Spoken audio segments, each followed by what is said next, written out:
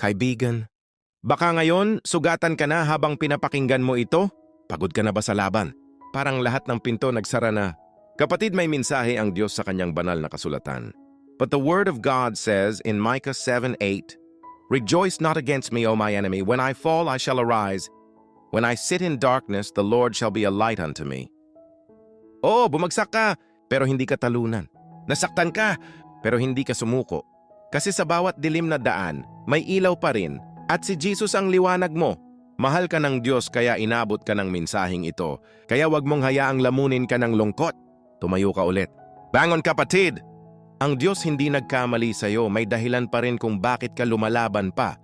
Pagod ka man ngayon, pero sa oras na magtiwala ka kay Lord, malakas ka ulit. Makikita mo, hindi sayang ang bawat luha dahil sa Kanya. Laging may panibagong umaga. Magtiwala ka lang sa Panginoon. Kaya sabihin mo sa Diablo, huwag kang magalak laban sa akin.